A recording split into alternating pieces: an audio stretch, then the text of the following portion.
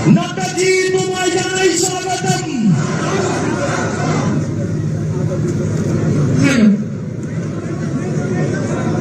पूरे भारत के भारतीय जनता पार्टी के कार्यकर्ता को संभालते हुए जिनके कुशल नेतृत्व में पार्टी निरंतर आगे बढ़ रहे हैं, ऐसे विश्व के सबसे बड़े राजनीतिक दल के राष्ट्रीय अध्यक्ष आदरणीय हमारे आपके सबके परम प्रिय परम आदरणीय जेपी नड्डा जी को इस माता त्रिपुरा सुंदरी के इस पावन भूमि पर हम नमन करते हैं, वंदन करते हैं। আমি অনুরোধ করছি এখন আমাদের রাজ্যে মাননীয় মুখ্যমন্ত্রী আমাদের প্রদেশ সম্মানীয় সভাপতি রাজীব ভট্টাচার্য মহোদয় আমাদের পরম আদরণীয় রাষ্ট্রীয় সভাপতিকে উত্তর এবং পুষ্পস্তবক দিয়ে বরণ করে দিলেন। আমাদের রাজ্যের মাননীয় মুখ্যমন্ত্রী উনি আমাদের রাজ্যে ঐতিহ্যবাহী হ্যান্ডিক্রাফটের তৈরি একটি উপহার দিয়ে ওনাকে বরণ করে দিলেন। আমি আমাদের যারা সাধারণ সম্পাদক রয়েছে তাদের বলছি পুষ্পমালা দিয়ে আমাদের পরম আদরণীয় আমাদের রাষ্ট্রীয় সভাপতিকে বরণ করে নেওয়ার জন্য সবাই মিলে একবার করতালির মাধ্যমে ভারত মাতা কি জয়, ভারত মাতা কি জয়।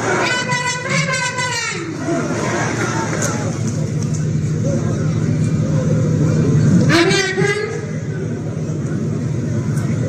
ভাষণ রাখার জন্য আমি অনুরোধ করব আমাদের প্রদেশ বিজেপির সম্মানীয় সভাপতি রাজীব ভট্টাচার্য মহোদয়কে।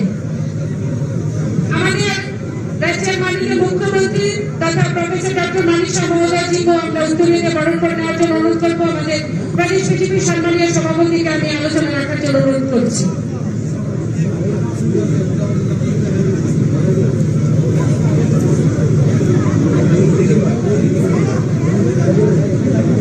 আজকে আমরা খুব সৌভাগ্যবান যে আমাদের এই মাতা ত্রিপুরেশ্বরীর পুণ্যভূমিতে আমরা আমাদের আদরণীয় সর্বভারতীয় সভাপতি জেপি নাড্ডাজিকে এখানে আমরা স্বাগত করতে পেরেছি। আজকে এই জনসভায় উপস্থিত রয়েছেন আমাদের সর্বভারতীয় সভাপতি আদরণীয় জেপি নাড্ডাজি, আমাদের মাননীয় মুখ্যমন্ত্রী প্রফেসর ডক্টর মানিকশাহজি, আমাদের মধ্যে উপস্থিত রয়েছেন প্রাক্তন মুখ্যমন্ত্রী বর্তমান রাজ্যসভা সাংসদ আদরণীয় বিপ্লব কুমার দেব মহোদয়, আমাদের কেন্দ্রীয় সরকারের মাননীয় প্রতিমন্ত্রী সুশ্রী প্রতিমা ভৌমিক মহোদয়া, উপস্থিত রয়েছেন সাংসদ রেবতী ত্রিপুরা মহোদয়, উপস্থিত রয়েছেন মঞ্চে সম্বিত পাত্রাজি আমাদের উত্তর পূর্বাঞ্চলের কোঅর্ডিনেটর, আমাদের মধ্যে উপস্থিত রয়েছেন আমাদের প্রদেশের ভারতীয় জনতা পার্টির প্রভারী ডক্টর মহেশ শর্মাজি, উপস্থিত রয়েছেন মাননীয় মন্ত্রীগণ রতনলাল নাথ মহোদয়, প্রণজিৎ সিংহ রায়, সুশান্ত চৌধুরী, টিঙ্কু রায়, শান্তনা চাকমা, সুধাংশু দাস, বিকাশ দেববর্মা, শুক্লাচরণ নোয়াকিয়া সহ আমার ভারতীয় জনতা পার্টির প্রদেশ কমিটির অফিস বেয়ারার এবং অন্যান্য নেতৃত্ব বিধায়ক বিধায়িকা থেকে শুরু করে যারা আজকের এই জনসভাকে সাফল্যমণ্ডিত করার জন্য এখানে উপস্থিত হয়েছেন, আমি সকলকে স্বাগত জানাচ্ছি, অভিনন্দন জানাচ্ছি এবং শুভেচ্ছা জানাচ্ছি।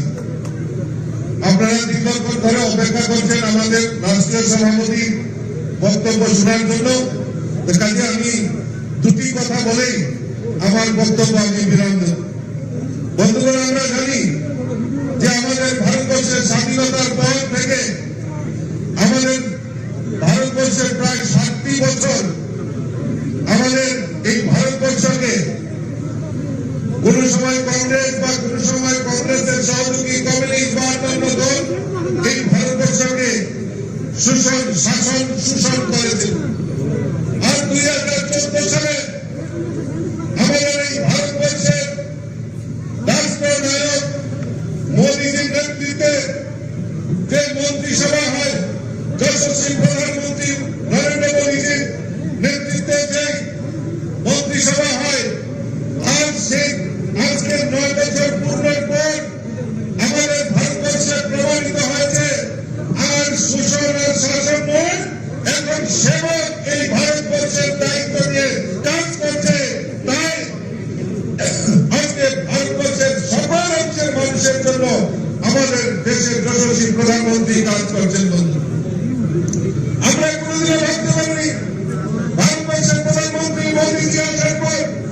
গরিবদের জিরো ব্যালেন্সে ব্যাংক অ্যাকাউন্ট করা, গরিবদের বাড়িতে প্রধানমন্ত্রী উজ্জ্বলা যোজনায় গ্যাসের কানেকশন, প্রত্যেক গরিবের বাড়িতে বিদ্যুতের কানেকশন, প্রত্যেক গরিবের বাড়িতে স্বচ্ছ ভারতের মিশনের মাধ্যমে শৌচালয় নির্মাণ, প্রত্যেক গরিবের বাড়িতে পাকা বাড়ি, প্রত্যেকের বাড়িতে পানীয় জলের ব্যবস্থা একমাত্র যশস্বী প্রধানমন্ত্রী নরেন্দ্র মোদীজি রয়েছেন বলেই, নরেন্দ্র মোদীজির মতো সেবক রয়েছেন বলেই আজকে গরিবদের ঘরে সেই সমস্ত সুযোগ সুবিধা পৌঁছে গেছে। আজকে আমরা সৌভাগ্যবান, আজকে দেশের কৃষকরা কিষাণ সম্মান নিধি, কৃষকদের উৎপাদিত সামগ্রী এমএসপি করে সরকারের ক্রয়, সেই ব্যবস্থা আমাদের ভারতবর্ষের প্রধানমন্ত্রী যশস্বী প্রধানমন্ত্রী নরেন্দ্র মোদীজি করেছে। তাহলে আমরা এই আমাদের দেশের যশস্বী প্রধানমন্ত্রী নরেন্দ্র মোদীজি 9 বছর কালকে আমরা গত 1 মাস ব্যাপী আমরা বিভিন্ন কর্মসূচির মাধ্যমে আমরা ভারতীয় জনতা পার্টি রাষ্ট্রীয় সভাপতি সিদ্ধান্ত নিয়েছে যে সমস্ত জায়গায় মানুষের কাছে বার্তা পৌঁছে দেওয়ার জন্য আমরা বিভিন্ন কর্মসূচি রূপায়িত করছি। আর তারই অঙ্গ হিসেবে আমাদের রাষ্ট্রীয় সভাপতি আজকে আমাদের এই ত্রিপুরা রাজ্য সফরে আজকে শান্তি বাজারে উনি বুঝতে পেরেছেন, তাই উনাকে স্বাগত জানাচ্ছি। আমি আমার আলোচনার দীর্ঘায়িত করছি না, সবাইকে একবার আমি অনুরোধ করব করতালির মাধ্যমে আমাদের রাষ্ট্রীয় সভাপতি আদরণীয় জেপি নাড্ডাজিকে একবার করতালির মাধ্যমে স্বাগত করার জন্য সকলকে আমারও আন্তরিক অভিনন্দন এবং শুভেচ্ছা জানিয়ে স্বাগত জানিয়ে আমার কথা বলা শেষ করছি। বন্দে মাতরম, ভারত মাতা কি জয়। একবার আমার সঙ্গে মুষ্টি বন্ধ করে আমাদের রাষ্ট্র সভাপতি উপস্থিত হয়েছে, একবার মুষ্টি বন্ধ করে আমার সঙ্গে বলেন ভারত মাতা কি, ভারত মাতা কি, ভারত মাতা কি। সবাইকে নমস্কার। ধন্যবাদ আমাদের প্রদেশ বিজেপির সম্মানীয় সভাপতি রাজীব ভট্টাচার্য মহোদয়কে। এখন আমি আলোচনা রাখার জন্য অনুরোধ করছি আমাদের মাননীয় রাজ্যসভার সাংসদ তথা প্রাক্তন মুখ্যমন্ত্রী বিপ্লব কুমার দেব মহোদয়কে।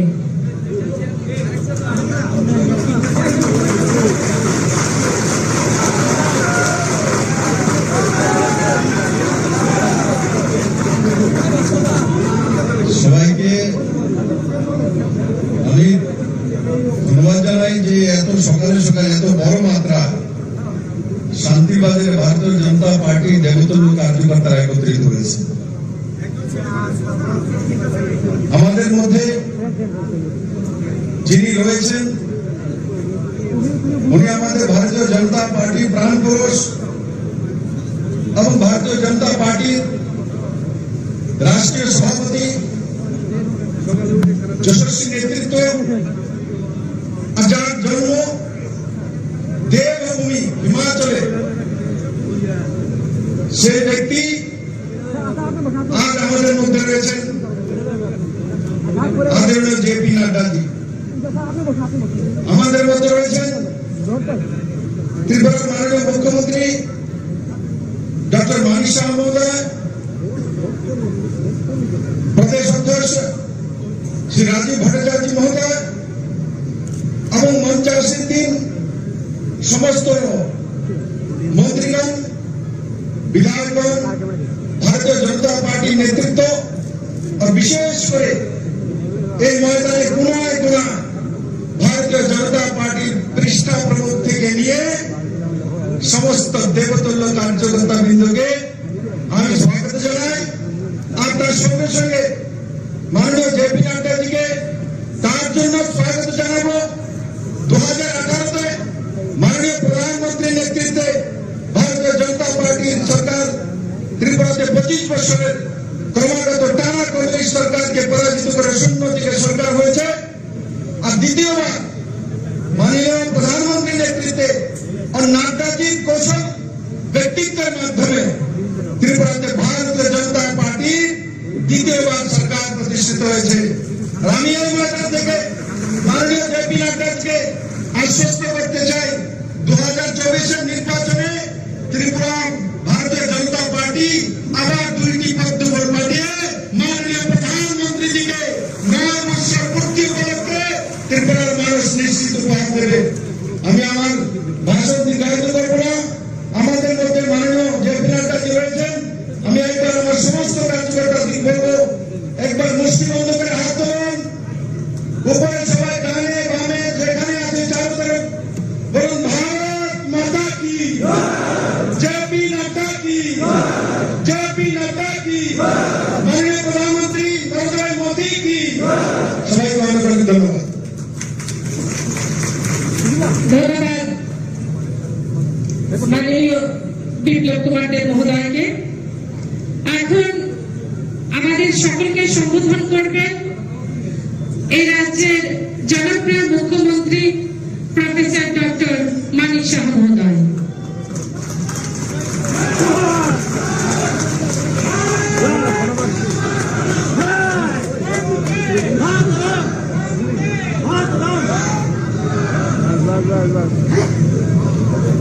সবাইকে নমস্কার।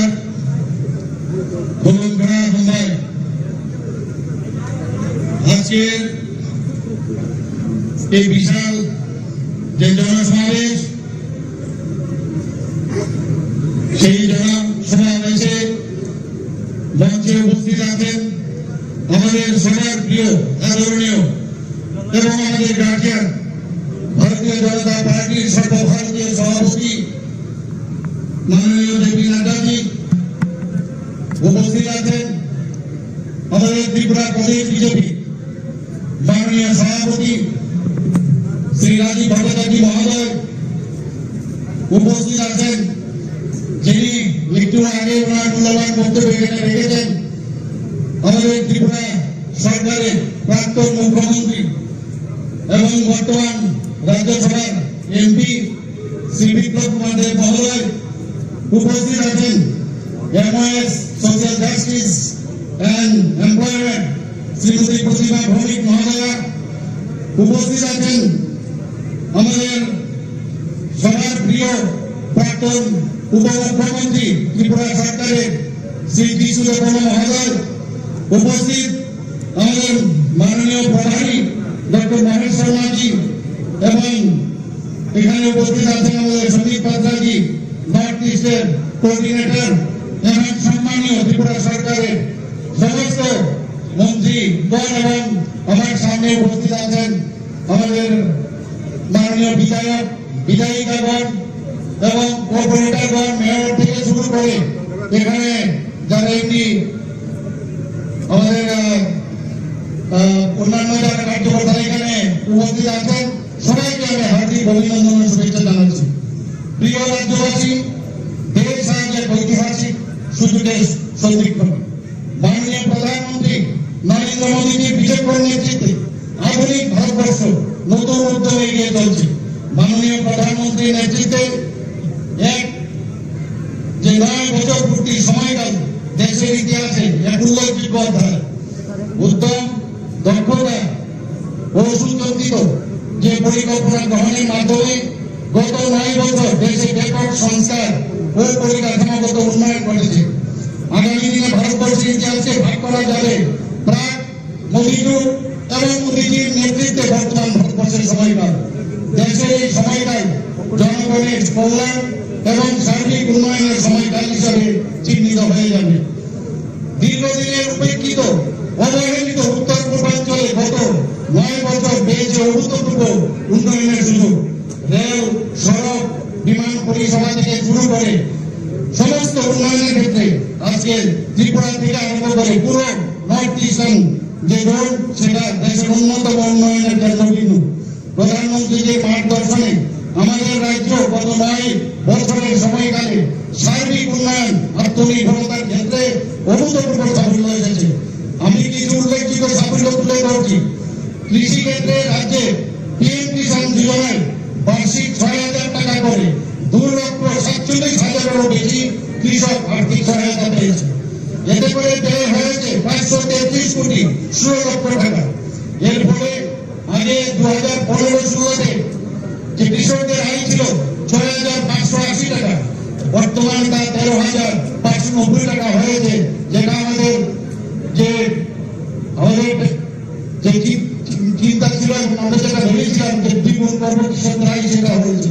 প্রধানমন্ত্রী ফসল বীমা যোজনায় প্রায় 10 লক্ষ 8 লক্ষ কৃষককে বীমার আওতায় আনা হয়েছে। 10 লক্ষ 8 হাজার কৃষককে বীমার আওতায় আনা হয়েছে, যাতে রাজ্যে বাজেট থেকে কৃষকের বীমার অংশীদারিত্ব 20 কোটি 83 লক্ষ টাকা বহন করা হয়েছে। বন্ধুগণ, কিষাণ ক্রেডিট কার্ডের মাধ্যমে প্রায় 3 লক্ষ 7 হাজার কৃষককে কৃষি ঋণ দেওয়া হয়েছে, যা আর্থিক খরচ 1032 কোটি টাকা হয়েছে। স্বাস্থ্য ক্ষেত্রে প্রধানমন্ত্রী জন আরোগ্য যোজনায় 2018 সাল থেকে এখন পর্যন্ত রাজ্যে প্রায় 13 লক্ষ আয়ুষ্মান কার্ড প্রদান করা হয়েছে এবং সেকেন্ড যেটা হয়েছে প্রায় 2 লক্ষের উপরে, এবং তাতে করে 136 কোটি টাকার আবেদন নিষ্পত্তি হয়েছে। প্রধানমন্ত্রী পোষণ কর্মসূচিতে 2.5 লক্ষের বেশি প্রাথমিক স্তরের স্কুলের শিশু এবং উচ্চ প্রাথমিক স্তরের 1.5 লক্ষ শিশুকে পুষ্টিকর খাদ্য বিতরণ করা হয়েছে। প্রধানমন্ত্রীর ভাবনাকে পাথেয় করে রাজ্য সরকার মহিলা ও শিশুদের উন্নয়নের ক্ষেত্রে অধিক গুরুত্ব দিয়েছে। রাজ্যে সরকারি চাকরিতে 33% পদ মহিলাদের জন্য সংরক্ষণ করা হয়েছে। বন্ধুগণ, গ্রামীণ মহিলাদের অর্থনৈতিক সমৃদ্ধির লক্ষ্যে প্রায় 4 লক্ষ গ্রামীণ মহিলাকে যুক্ত করে 50,000 স্বসহায়ক দল গঠন করা হয়েছে। স্বসহায়ক দলগুলির মধ্যে 1100 কোটি টাকারও অধিক রিভলভিং ফান্ড ও ব্যাংক লোনের ব্যবস্থা করা হয়েছে। কলেজ স্তর পর্যন্ত আপনারা জানেন যে ছাত্রীদের টিউশন ফি মুকুব করা হয়েছে। নবম শ্রেণীতে পাঠরত প্রায় 1 লক্ষ ছাত্রীকে বিনামূল্যে সাইকেল বিতরণ করা হয়েছে। জনজাতিদের সার্বিক বিকাশে সরকার আন্তরিক। বনাঞ্চলে বসবাসকারী নাগরিকদের অধিকার সুরক্ষিত করতে বনাধিকার অ্যাপ চালু করা হয়েছে। ভারত সরকারের 17টি, আমাদের মাননীয় প্রধানমন্ত্রীর কারণে 17টি একলব্য মডেল রেসিডেন্সিয়াল স্কুলের অনুমোদন দিয়েছে। এর মধ্যে 2 স্কুল ইতিমধ্যে চালু হয়েছে। রাজ্যের 1400-এর অধিক স্কুলে ককবরক ভাষাকে আমরা বিষয় হিসাবে চালু করেছি। আগরতলা সিঙ্গাপুর বিমানবন্দরকে মহারাজা বিক্রম বিমানবন্দর হিসাবে নামকরণ করা হয়েছে এবং আন্তর্জাতিক টার্মিনাল বিল্ডিং হিসাবে চালু করা হয়েছে।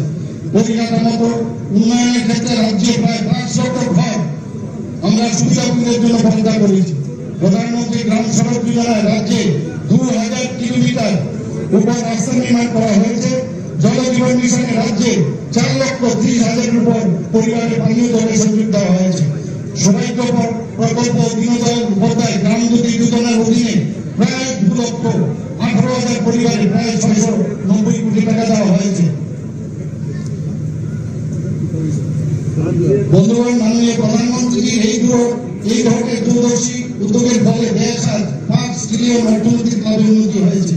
এই জনমুখী শাসন আরো অনেক বছর বজায় থাকুক এবং প্রতিটি স্বপ্নকে বাস্তবে পরিণত করার সুযোগ এনে দিন।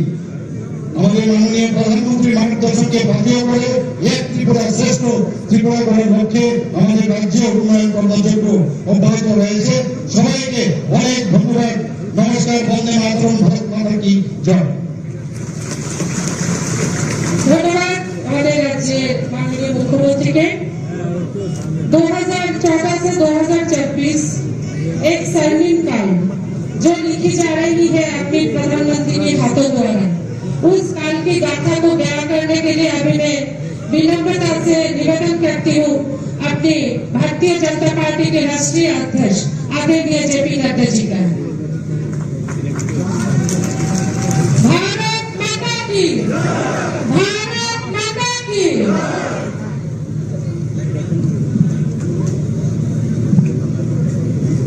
आज के इस जनसभा में मंच पर उपस्थित भारतीय जनता पार्टी के हमारे प्रदेश के अध्यक्ष श्री राजीव भट्टाचार्य जी, हमारे प्रदेश के यशस्वी मुख्यमंत्री सम्मानीय मानिक शाह जी, हमारे पूर्व मुख्यमंत्री और राज्यसभा के सांसद विप्लव देव जी, भारत सरकार में मंत्री बहन प्रतिमा भौमिक जी, पूर्व उप मुख्यमंत्री जिष्णुदेव बर्मन जी, यहाँ के लोकप्रिय सांसद रेवती जी, हमारे सम्मित पात्रा जी, महेश शर्मा जी, यहाँ मंच पर उपस्थित सभी मंत्रीगण, हमारे विधायकगण और यहाँ इतनी बड़ी संख्या में एकत्र आए देवी और सज्जनों, मेरे नौजवान साथी और मीडिया के मेरे साथी, प्रिंट मीडिया और इलेक्ट्रॉनिक मीडिया के मेरे साथी। सबसे पहले तो जब मैं त्रिपुरा की धरती पर आया हूं तो मैं सबसे पहले मां त्रिपुरा को नमन करते हुए अपनी बात को प्रारंभ करता हूं। त्रिपुरेश्वरी माता जी की आशीर्वाद लेकर अपनी बात को आप सबके सामने रखना चाहता हूं। और जब मैं साउथ त्रिपुरा में आया हूं, दक्षिण त्रिपुरा में आया हूं, तो यहां शांति बाजार में जो हमारा बहुत प्रसिद्ध काली मंदिर है, उसको भी मैं नमन करते हुए अपनी बात को प्रारंभ करता हूं। मित्रों, मुझसे पूर्व राजीव भट्टाचार्य जी ने, हमारे विप्लव देव जी ने और हमारे सभी पूर्व वक्ताओं ने, प्रतिमा जी ने, हमारे मुख्यमंत्री जी ने आपके सामने बहुत ही तफसील से किस तरीके से मोदी जी के नेतृत्व में देश आगे बढ़ा है और त्रिपुरा का भी विकास हुआ, देश का भी विकास हुआ, इन सारी बातों को बहुत गहराई से आपके सामने रखा है। मैं एक ही बात कहना चाहता हूं कि ये जो 9 साल प्रधानमंत्री मोदी जी के नेतृत्व में जो हम सब लोगों ने देखा है, उसमें हमने पाया है कि इन 9 सालों में भारत की तस्वीर और तकदीर को मोदी जी के नेतृत्व ने बदल डाला है। इसको मैं गौरव के साथ कह सकता हूं। और जब मैं ये कहता हूं तो मैं आप सबको ये भी याद दिलाना चाहता हूं कि आप 2014 के पहले का भारत देखो और 2014 के बाद का भारत देखो। 2014 से पहले कैसा भारत था? 2014 से पहले भारत था जिसका नाम भ्रष्टाचारी देशों में सम्मिलित था। हम एक भ्रष्टाचारी देश कहलाते थे। हर दिन एक नया स्कैंडल, एक नया स्कैम, एक नया स्कैम। पनडुब्बी खरीदो 2 घोटाला, हेलीकॉप्टर खरीदो 2 घोटाला, गन खरीदो 2 घोटाला, एरोप्लेन खरीदो 2 घोटाला। ये आकाश में जो किरणों के माध्यम से ये 4G, 5G, 3G चलता है, इसमें भी घोटाला। खनिज में घोटाला, लोहे में घोटाला, कोयले में घोटाला। यानी यूपीए की सरकार में 2014 में न जमीन छोड़ा, न आकाश छोड़ा, न पाताल छोड़ा, तीनों जगह भ्रष्टाचार ही किया। ये यूपीए की सरकार हमको देखने को मिली। ऊपर से निर्णय न लेना ही निर्णय है, पॉलिसी पैरालिसिस। उस समय का रक्षा मंत्री कहता था कि बॉर्डर पर सड़क न बनाना यही हमारा डिफेंस है, यही हमारी रक्षा है कि न सड़क होगी और न ही दुश्मन आ पाएगा। ये भूल जाते थे कि चाइना ने हमारे बॉर्डर तक सड़क बना ली है, उसको मिनट लगेगा घुसने में। लेकिन आज मोदी जी ने 13,125 किलोमीटर की सड़क बनाकर सारे बॉर्डर को सुरक्षित कर दिया है। ये भी हमको ध्यान रखना। तो एक समय था भ्रष्टाचारी देश, निर्णय न लेने वाला देश, अनिर्णय की स्थिति में रहने वाला देश, वंशवाद से ग्रसित देश। और वहां से आदरणीय मोदी जी ने 2014 के बाद निर्णय लेने वाला देश, मजबूत देश, कड़वे फैसले करने वाला देश, आम आदमी को राहत मिल सके इसके लिए काम करने वाला देश बनाया तो मोदी जी ने बनाया। इस बात को भी हमको ध्यान रखना और इसीलिए जहां भ्रष्टाचार था उससे देश को निकाल करके विकासवाद के साथ जुड़ा, जहां वंशवाद था तो वंशवाद से निकाल करके विकासवाद की ओर ले गए, जहां वोट बैंक की पॉलिटिक्स थी उस वोट बैंक की पॉलिटिक्स से निकाल करके देश को तरक्की की ओर ले जाने का काम और रिपोर्ट कार्ड की राजनीति को मोदी जी ने सामने ला करके खड़ा किया। इसलिए मोदी जी के नेतृत्व में नहीं सिर्फ सरकार बदली, सरकार के साथ साथ सरकार के काम करने की संस्कृति भी बदल डाली। इस बात को भी हमको ध्यान में रखना चाहिए। रिपोर्ट कार्ड की राजनीति, आज यहाँ हमारे जो भी नेता खड़े होते हैं छाती ठोक के बोलते हैं हमने ये कहा था, हमने ये किया है, हमने ये कहा था, हमने ये किया है, ये हम करेंगे, ये कर रहे हैं और ये भी करके देंगे। इस बात को कहा है तो भारतीय जनता पार्टी ने। और इसीलिए जब हम विकास की बात करते हैं आपको जान करके खुशी होगी कि सड़कों के लिए, रोड्स, नेशनल हाईवे के लिए, इंफ्रास्ट्रक्चर के लिए 18 लाख करोड़ रुपए 2014 से 2022 के बीच में खर्च हुआ और इस साल 10 लाख करोड़ रुपए सिर्फ इंफ्रास्ट्रक्चर पर खर्च हो रहा है, सिर्फ इंफ्रास्ट्रक्चर पर खर्च हो रहा है। रेलवे लाइन, रोड, अब मैं अगर कंस्ट्रक्शन की बात करूं, एक समय में प्रतिदिन 12 किलोमीटर नेशनल हाईवे बनता था एक दिन और आज 29 किलोमीटर प्रतिदिन नेशनल हाईवे बनाया जा रहा है। ये भी हमको ध्यान रखना है। उसी तरीके से नेशनल हाईवे पिछले 9 सालों में 54,000 किलोमीटर बने, 54,000 किलोमीटर और त्रिपुरा में पिछले 6 सालों में 300 किलोमीटर नेशनल हाईवे बन करके तैयार हुआ है। ये भी हमको याद रखना है।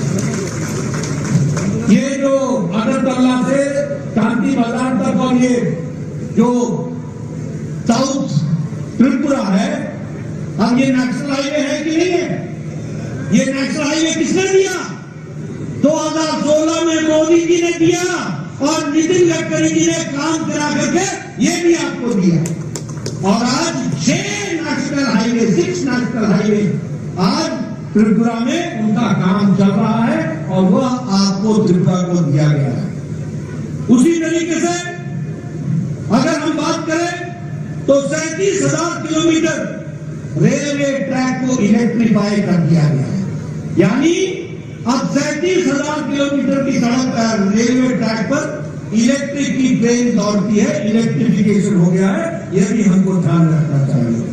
और अगरतला से अकुरा रेल लिंक जिसका इंडियन साइड जो भारतीय साइड है उसमें 5.40 किलोमीटर 460 किलोमीटर ये टोनियर, ये जो हमारा नॉर्थ ईस्ट हमारा डिपार्टमेंट है उसके माध्यम से इसका काम हुआ है और 6.8 किलोमीटर ये बांग्लादेश में जो रेलवे ट्रैक बन रहा है इसका खर्च मिनिस्ट्री ऑफ एक्सटर्नल अफेयर्स, विदेश मंत्रालय ने दिया है और अब अगरतला से कलकत्ता जाने का समय 31 घंटे से घट करके 10 घंटे हो जाएगा। यह विकास की नई कहानी की जा रही है। ये है बदलता भारत। पहले हम बांग्लादेश में के माध्यम से सोच नहीं सकते, आज हमने रेलवे ट्रैक के काम को आगे बढ़ाया। आपको जान करके खुशी भी होगी और आश्चर्य भी होगा। खुशी ये होगी कि आज 9 साल के अंदर 74 एयरपोर्ट बने, 74 एयरपोर्ट और उसके साथ साथ 70 साल में 74 एयरपोर्ट बने और मोदी जी के नेतृत्व में 9 साल के अंदर 74 एयरपोर्ट बने हैं। ये भी हमको ध्यान रखना चाहिए। आज नॉर्थ ईस्ट में 7 नए एयरपोर्ट बन रहे हैं। सभी कैपिटल को जोड़ने का प्रयास हो रहा है या कैपिटल के नजदीक एयरपोर्ट बनाने का इंतजाम हो रहा है। अगर हम गांव की सड़क बोले तो आपको जान करके आश्चर्य होगा, पिछले 9 साल में 3,28,000 सड़क ऑल वेदर रोड गांव को जोड़ने के लिए बनी है और 61,000 गांव हैबिटेशन को पक्की सड़क से जोड़ने का काम पिछले 9 साल में हुआ। अगर मैं शांति और सुरक्षा की बात करूं तो मैंने पहले कहा 13,125 किलोमीटर, क्षमा करिएगा 13,525 किलोमीटर बॉर्डर रोड बनकर के तैयार हो गया है और एक नहीं 2 ब्रिज बन करके एक तरफ से जाने का एक तरफ से आने का, हर मौसम में 2 दिन के अंदर 1 दिन के अंदर अपनी फौज को बॉर्डर पर पहुंचाने का काम किया तो नरेंद्र मोदी जी ने किया। ये भी हमको ध्यान में रखना। आप सबको मालूम ही है, हम नारा लगाते थे एक देश में 2 निशान 2 विधान 2 प्रधान नहीं चलेंगे। जम्मू कश्मीर में धारा 370 लगी हुई थी। मोदी जी ने 6 अगस्त 2019 को पार्लियामेंट में खड़े होकर के अमित शाह जी की रणनीति ने काम किया और मोदी जी की इच्छा शक्ति ने तय किया और धारा 370 को धाराशाही कर दिया और कश्मीर को संपूर्णता के साथ भारत से जोड़ दिया। ये भी हमको ध्यान रखना। उसी तरीके से अगर मैं बात करूं तो हमारे यहां विकास की दृष्टि से डिफेंस के प्रोडक्शन में 99% एक तो 7,500 करोड़ रुपए का जो प्रोक्योरमेंट है वो हुआ है और उसी तरीके से 2,71,000 का 2022-23 में प्रोक्योरमेंट हो रहा है डिफेंस प्रोडक्ट्स का और जिसमें से 99% भारत की इंडस्ट्री बनानी है। ये आत्मनिर्भर भारत की ओर जाने का विषय है। आपको मालूम होगा चाइना के साथ डोकलाम स्टैंड ऑफ हुआ, चाइना की फौजें खड़ी रही तो सामने भारत की फौज भी डट के खड़ी रही और उनको वहीं पर रोका। ये भी आपको मालूम है। एयर स्ट्राइक, सर्जिकल स्ट्राइक, ये सब चीजें आप जानते हैं। कभी किसी भारत के प्रधानमंत्री ने कहा था कि तुमने बहुत बड़ी गलती कर दी है, तुमको इसका खमियाजा भुगतना पड़ेगा, घर में घुस करके मारेंगे। और ये था सर्जिकल स्ट्राइक जो आपने देखा, ये था एयर स्ट्राइक, ये भी आपने देखा। टेररिज्म का जिसको कहते हैं कि नो टॉलरेंस, जीरो टॉलरेंस।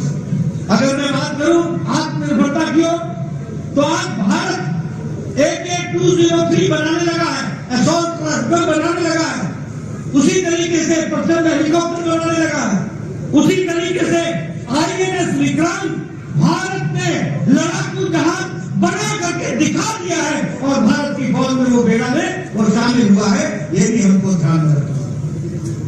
अगर मैं सुशासन की बात करूं, क्योंकि हम जब 9 साल मना रहे हैं तो सेवा, सुशासन और गरीब कल्याण, ये जो सुशासन की हम बात करते हैं, एक समय में भारत का प्रधानमंत्री स्वर्गीय राजीव गांधी बोलते थे कि मैं दिल्ली से 1 रुपए भेजता हूं तो 85 पैसे पता नहीं किनके हाथों में लग जाते हैं और सिर्फ 15 पैसे ही पहुंचते हैं, सिर्फ 15 पैसे। आज बदलता भारत मोदी जी के नेतृत्व में 22,40,000 करोड़ रुपए लोगों के खाते में, बैंक में पहुंचा दिया गया। ये बदलता भारत है, लोगों को डायरेक्ट बेनिफिट ट्रांसफर पहुंचाएगा। कितना? 22,40,000 करोड़, जिसमें से 2,20,000 करोड़ रुपए, लाख करोड़ रुपए ये जो पिलफरेज हो जाता था, ये जो बीच में बिचौलिए खा लेते थे, इसको भी रोकने का काम किया है। कितना? 2,20,000 लाख करोड़, कितना मोदी जी ने बचाया है डायरेक्ट बेनिफिट ट्रांसफर से। ये है सुशासन।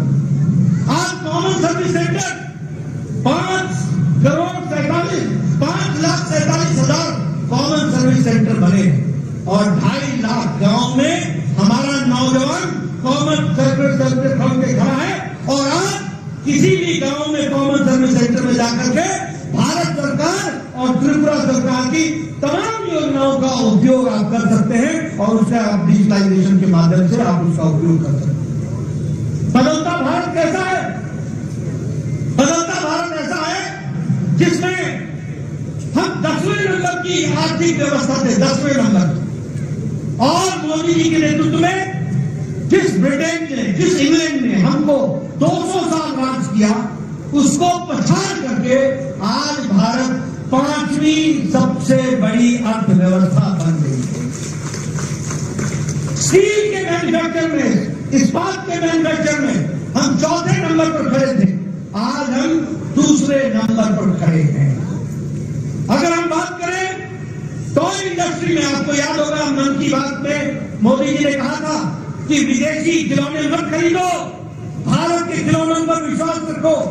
आपको जान करके खुशी होगी कि खिलौनों का खपत नहीं, खिलौनों का एक्सपोर्ट यानी दूसरे देशों को बेचने का काम भारत में तिगुना बढ़ गया है, 3 टाइम्स बढ़ गया है। और अब भारत खिलौने ले नहीं रहा है, खिलौने बाहर के देशों को बेच रहा है। यह परिस्थिति आ चुकी है। उसी तरीके से जापान, जो गाड़ियों के लिए जाना जाता था, कार के लिए, उसको पिछाड़ करके अब Bharat 3rd largest market automobile की बन गई है, 3री लार्जेस्ट मार्केट ऑटोमोबाइल की बन गई है। और उसी तरीके से फॉरेन डायरेक्ट इन्वेस्टमेंट हमारे यहाँ $84.8 बिलियन फॉरेन का इन्वेस्टमेंट भारत में बढ़ा है। यह भी हमको समझने की जरूरत है। 50% हमारा इलेक्ट्रॉनिक गुड्स में एक्सपोर्ट बढ़ा है। और इसी तरीके से हमारे विकास के नए नए आयाम बने हैं। आपको जानकर के खुशी होगी, आपने कभी सोचा था? मुझे कोई एग्जैक्ट नंबर नहीं मालूम, याद नहीं है, शायद मुझे समिति बता दे, लेकिन शायद 470 एयरबस हमने ऑर्डर किया है। 470 एयरबस भारत ने ऑर्डर किया, 470। कभी आपने सोचा है हवाई चप्पल वाला हवाई जहाज में घूमेगा?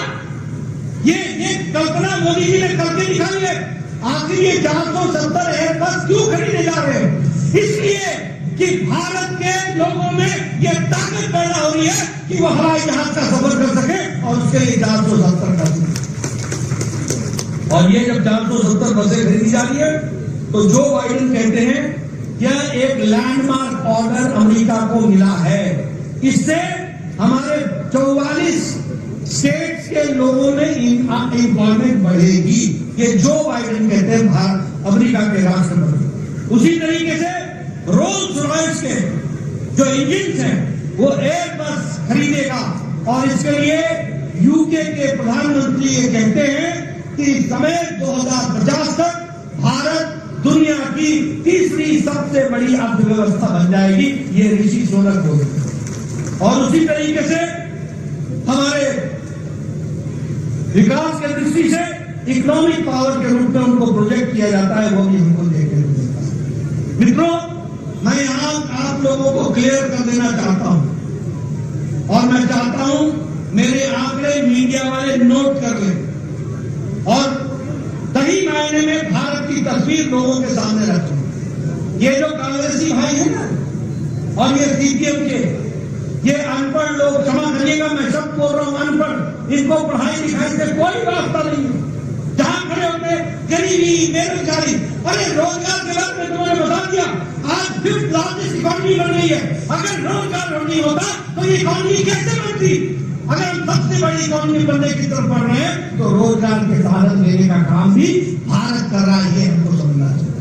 लेकिन इन अनपढ़ लोगों को मैं बताना चाहता हूं, दुनिया में कोरोना आया, देश में दुनिया में सब जगह मंदी हुई, दुनिया में रूस का और यूक्रेन का झगड़ा हुआ और ये सप्लाई चेन सबका टूटा, सभी को आर्थिक समस्या आई।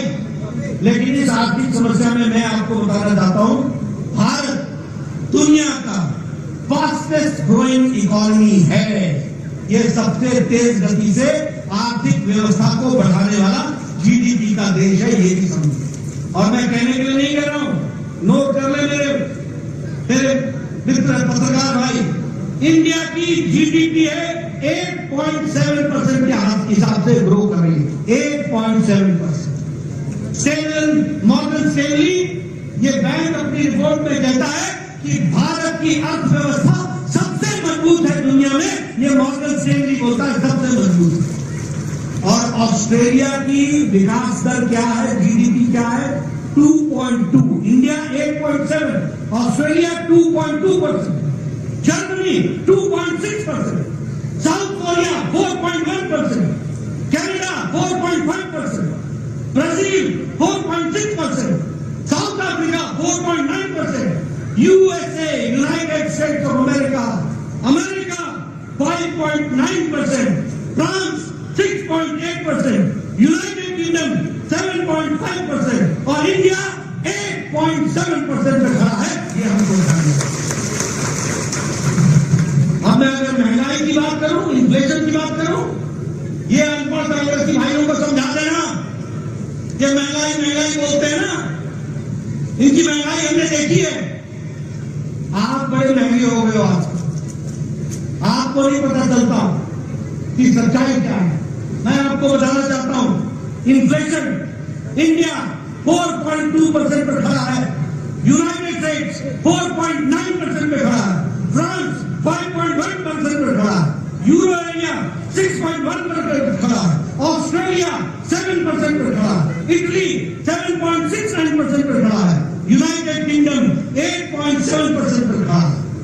और खाद्य सामग्री का इन्फ्लेशन, महंगाई, खाने के सामान की महंगाई, वो भी जोड़ लो, इंडिया 2.9% पर खड़ा है, 2.91%। यूएस यूनाइटेड स्टेट्स अमेरिका 6.7% पे खड़ा है, फ्रांस 14.7% पे खड़ा है, यानी फ्रांस में महंगाई 14.7% से बढ़ रही है, जर्मनी 14.5% से खड़ा है, यूरोपियन यूनियन 16.4% से खड़ा है, स्वीडन 16.8% से खड़ा है, यूके यूनाइटेड किंगडम इंग्लैंड 18% पर खड़ा है, पाकिस्तान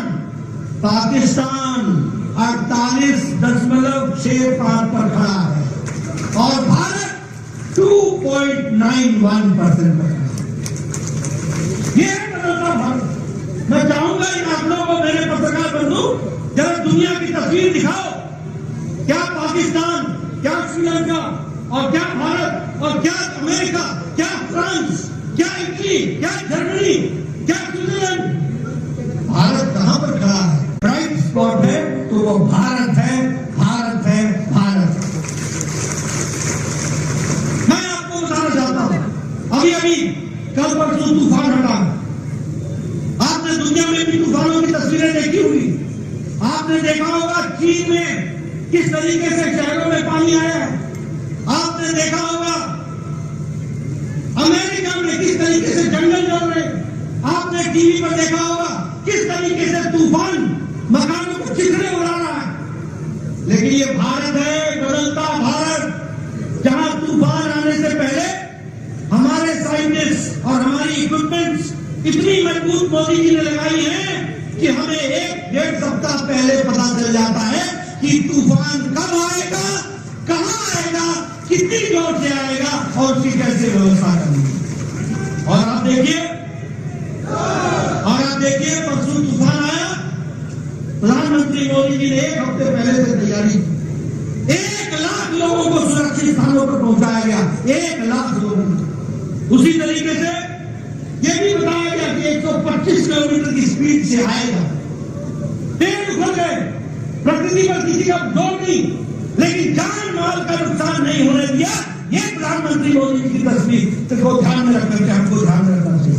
पूरी तैयारी की गई, एनडीआरएफ को लगाया गया और प्रदेश और सेंटर के कोऑर्डिनेशन के कारण यह तूफान जो तबाही मचा सकता था उसको सुरक्षित तरीके से लोगों को बचाने का काम किया, तो वो प्रधानमंत्री मोदी जी के द्वारा हुआ है।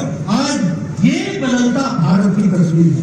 इतना बड़ा चक्रवात आए, इतना तूफान आए, 125 किलोमीटर की माध्यम से आए, 1 लाख लोगों को सुरक्षित पहुंचाया जाए, एनडीआरएफ को लगाया जाए, केंद्र और राज्य के द्वारा कोऑर्डिनेशन में काम किया जाए और जान माल की रक्षा की जाए। ये बदलता भारत है जिसको हमको ध्यान में रखना चाहिए। मित्रों, मैं आपका ज्यादा समय नहीं लूंगा। अभी हमारे राजीव भट्टाचार्य जी आपसे चर्चा कर रहे थे।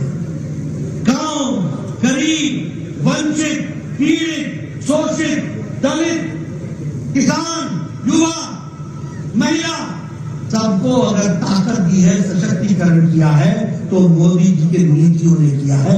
यह हमको ध्यान में 4 करोड़ से ज्यादा घर प्रधानमंत्री आवास योजना में बने। कितने? 4 करोड़। और 3,50,000 घर त्रिपुरा में बने। 3,50,000 घर। और मुझे याद है वो एयरपोर्ट के बगल में बॉर्डर के गांव में मैं गया था, लंकापुरा में गया था मैं। वहां मैंने चाय पी थी।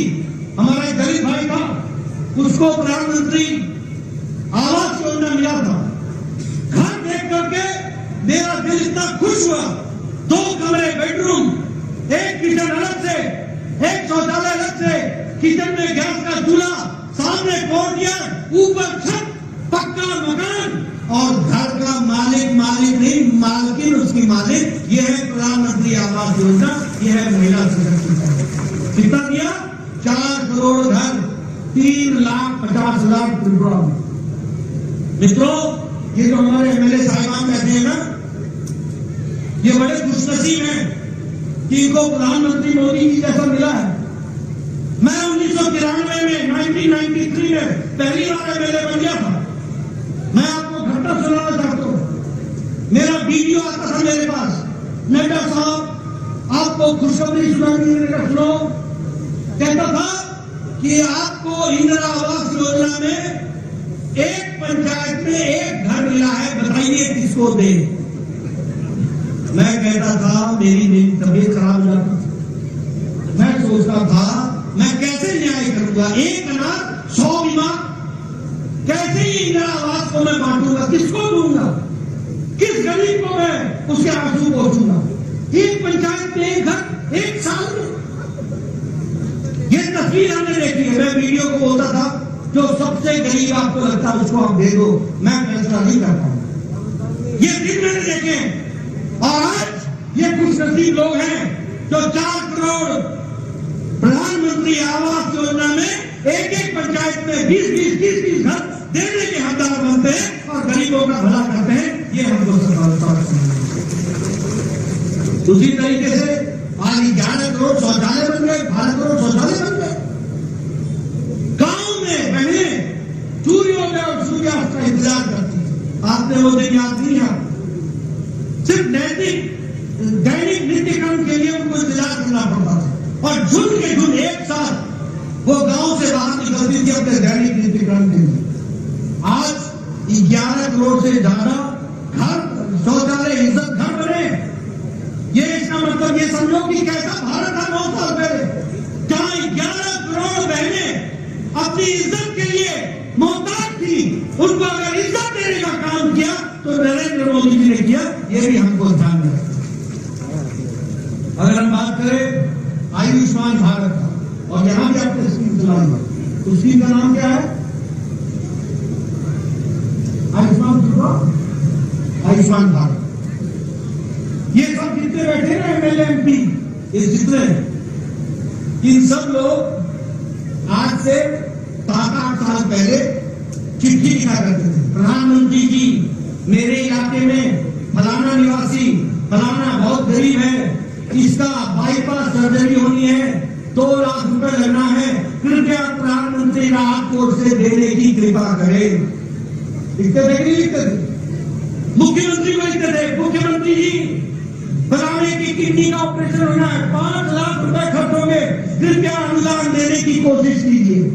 अब मुख्यमंत्री जी 2 लाख देते थे, बाकी 3 लाख कहां से आए? 2.5 लाख देते थे, कहां से आए? ये सारी स्थितियां थी।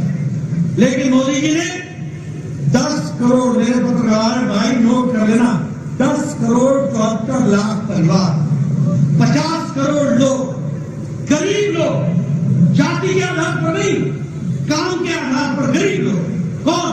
रिक्शा वाला, रेडी वाला, सब्जी वाला, ठेले वाला, बस का ड्राइवर, बस का क्लीनर, बाल काटने वाला, कूड़ेदान से प्लास्टिक इकट्ठे करने वाला, ऐसे गरीब लोगों को 50 करोड़ लोगों को 5 लाख रुपए प्रति वर्ष हेल्थ कवरेज देने का काम, स्वास्थ्य के गंभीर बीमारियों से लड़ने के लिए देने का काम किया। तो मोदी जी आज कम से कम 80 करोड़ रुपए का इस तरीके से लोगों की राहत के लिए वह भी हमको ध्यान रखना है। प्रधानमंत्री उज्ज्वला योजना, उजाला योजना, गरीब कल्याण अन्न योजना, आज 80 करोड़ की जनता को 5 किलो गेहूं या 5 किलो चावल, 1 किलो नमक मिल रहा है कि नहीं मिल रहा है? मिल रहा है कि नहीं मिल रहा है? प्रधानमंत्री गरीब कल्याण अन्न योजना में मिल रहा है कि नहीं मिल रहा है? मैं सुनना चाहता हूं, मिल रहा है कि नहीं मिल रहा है? मित्रों, ये गरीब कल्याण अन्न योजना सिर्फ गरीब कल्याण अन्न योजना नहीं है, जिसके कारण भारत की गरीबी 22% से घट करके 10% से कम हो गई और अति गरीबी 1% से भी कम हो गई है। और हम नहीं बोल रहे हैं, ये इंटरनेशनल मॉनिटरी फंड बोल रहे हैं। ये दुनिया की तस्वीरें हैं जो हम आपके सामने देख रहे हैं। भारत की तस्वीर मोदी जी ने बताइए, दुनिया में भारत की छवि बढ़ाई कि नहीं बढ़ाई? बढ़ाई कि नहीं बढ़ाई? ऑस्ट्रेलिया का प्राइम मिनिस्टर भारत के प्रधानमंत्री को बॉस बोलता है कि नहीं बोलता? पपुआ न्यू गिनी के प्रधानमंत्री भारत के प्रधानमंत्री जी के पांव छू करके अभिवादन करता है कि नहीं करता? न्यूजीलैंड का प्रधानमंत्री मिलने के लिए न्यूजीलैंड से फ्लाई करके ऑस्ट्रेलिया की सिडनी में आकर मिलता है कि नहीं मिलता? तमाम देश, दुनिया के तमाम देश दुनिया के सबसे बड़े सम्मान के साथ आदरणीय प्रधानमंत्री को सम्मानित करते हैं कि नहीं करते हैं? दुनिया में भारत की छवि बनती है कि नहीं बनती है? अब ये यूक्रेन की लड़ाई हुई, मोदी जी ने पुतिन से बात करके युद्ध रुकवाया था कि नहीं रुकवाया था? मोदी जी ने जेलेंस्की से बात करके युद्ध रुकवाया था कि नहीं रुकवाया था? और 22,000 बच्चों को सुरक्षित तिरंगा झंडा लेकर के भारत स्वदेश पहुंचाया। ये बदलता भारत है, ये भी हमको ध्यान रखना है। इसलिए मित्रों, मैं बहुत सी बातें आपको कह सकता हूं और बहुत सी चीजों को आपके सामने रख सकता हूं, लेकिन हाँ, समय का अभाव भी है। आपने मेरी बात बहुत सुनी है, लेकिन आपको मैं समझाना चाहता हूं, भारतीय जनता पार्टी, कांग्रेस और सीपीएम, इन तीनों का अंतर क्या है? सबसे पहले कांग्रेस समझो क्या है। कांग्रेस का मतलब है करप्शन, कांग्रेस का मतलब है भ्रष्टाचार, कांग्रेस का मतलब है कमीशन, कांग्रेस का मतलब है नॉन गवर्नेंस, कुशासन, कांग्रेस का मतलब है पॉलिसी पैरालिसिस, कांग्रेस का मतलब है भाई भतीजावाद, निपोटिज्म, कांग्रेस का मतलब है परिवारवाद, कांग्रेस का मतलब है failure of law and order, Congress का मतलब, और सीपीएम का मतलब क्या है? सीपीएम का मतलब है टारगेटेड किलिंग, सीपीएम का मतलब है लूट ऑफ गवर्नमेंट फंड, सीपीएम का मतलब है लॉलेसनेस, सीपीएम का मतलब है कोलैप्स ऑफ एडमिनिस्ट्रेशन, सीपीएम का मतलब है लूट ऑफ राशन, सीपीएम का मतलब है physical liquidation of your political opponent, political rivals. और बीजेपी का मतलब क्या है? बीजेपी का मतलब है डेवलपमेंट, बीजेपी का मतलब है हाईवे, बीजेपी का मतलब है रेलवे, बीजेपी का मतलब है एयरवे, बीजेपी का मतलब है इंटरनेट, बीजेपी का मतलब है विकास, बीजेपी का मतलब है इंफ्रास्ट्रक्चर, बीजेपी का मतलब है शिक्षा, बीजेपी का मतलब है स्वास्थ्य, बीजेपी का मतलब है गरीब कल्याण, बीजेपी का मतलब है गरीब सशक्तिकरण, बीजेपी का मतलब है महिलाओं का उत्थान, बीजेपी का मतलब है युवाओं को ताकत देना, बीजेपी का मतलब है सबका साथ, सबका विकास, सबका विश्वास, सबका विकास।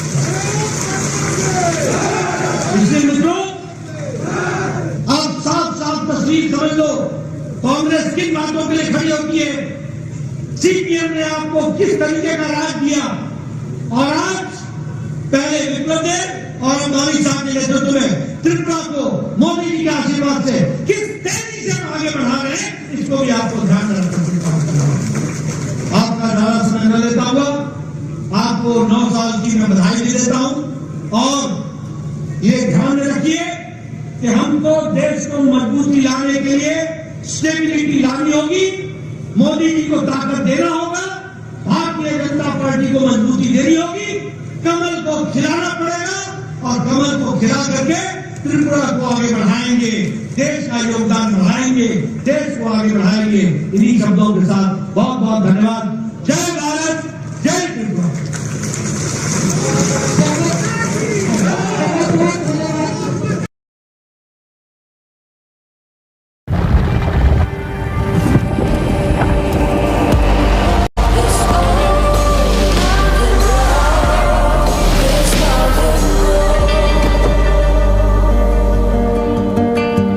Roads may close, but the way never does. Chimney, never turn back.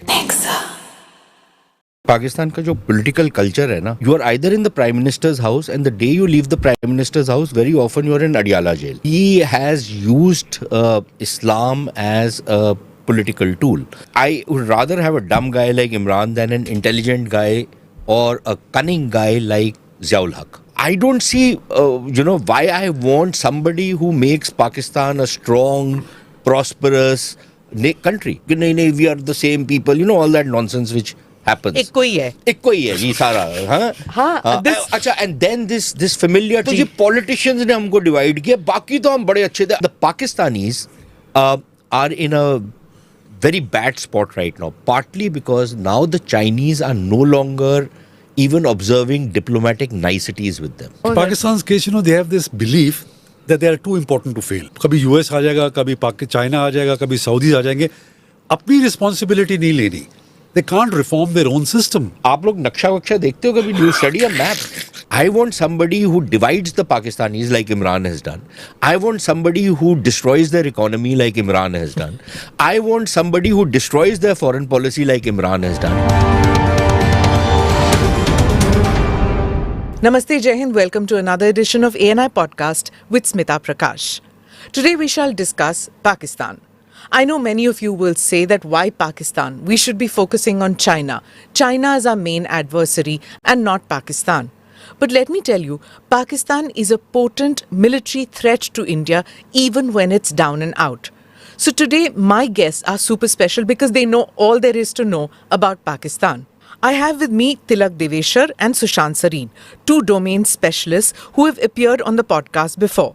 Tilak Deveshar is an author of 3 books on Pakistan and is currently a member of the Indian National Security Advisory Board. He worked in the research and analysis wing before superannuating. Tilak Deveshar and Sushant Sareen have appeared on several panels discussing terrorism and Pakistan.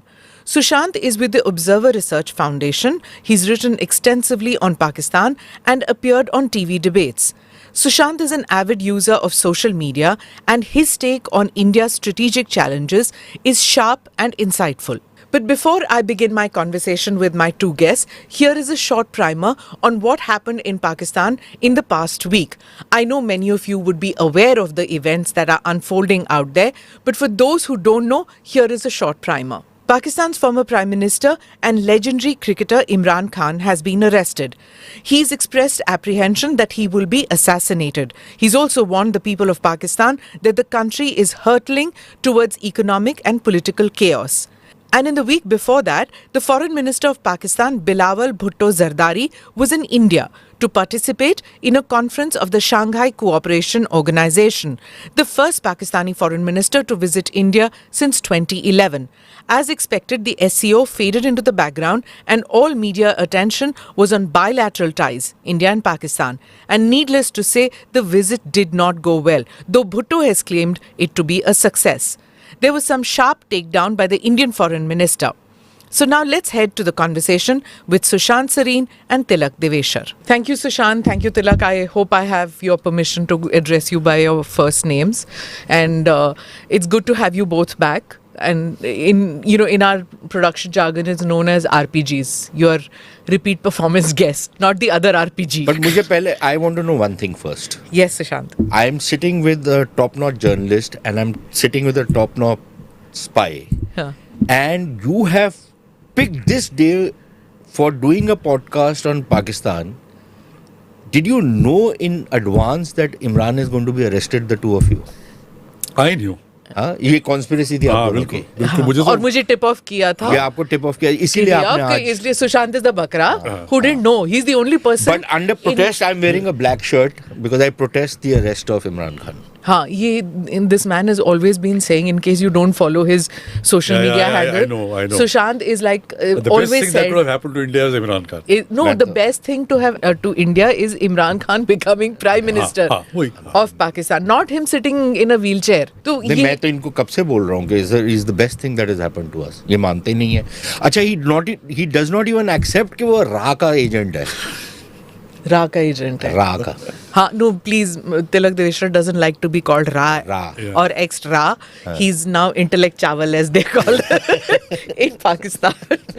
3 किताबें लिख दी, अब इससे ज्यादा चार, sorry. एक किताब तो आप गायब ही कर गए और अच्छा, एक पांचवी आ रही है। Prolific. Okay, viewers, listeners, Tilak Deveshwar has written 4 books and not 3 books. And एक तो पाकिस्तान he's में already थोड़ा है। finished the 5th one. It's on Afghanistan, your book, not. पाक अफगान हाँ, तो 3 तो पाकिस्तान पे ना, गलती तो नहीं की मैंने। 3.5 कह दो पाकिस्तान अच्छा, पे, एक है 3.5। अफगानिस्तान भी तो पाकिस्तानियों ने अपना 5th प्रोविंस बनाया हुआ था। अच्छा, okay, backyard नहीं, but 5th province बना दिया। province. Okay, let's get to the meat of the story.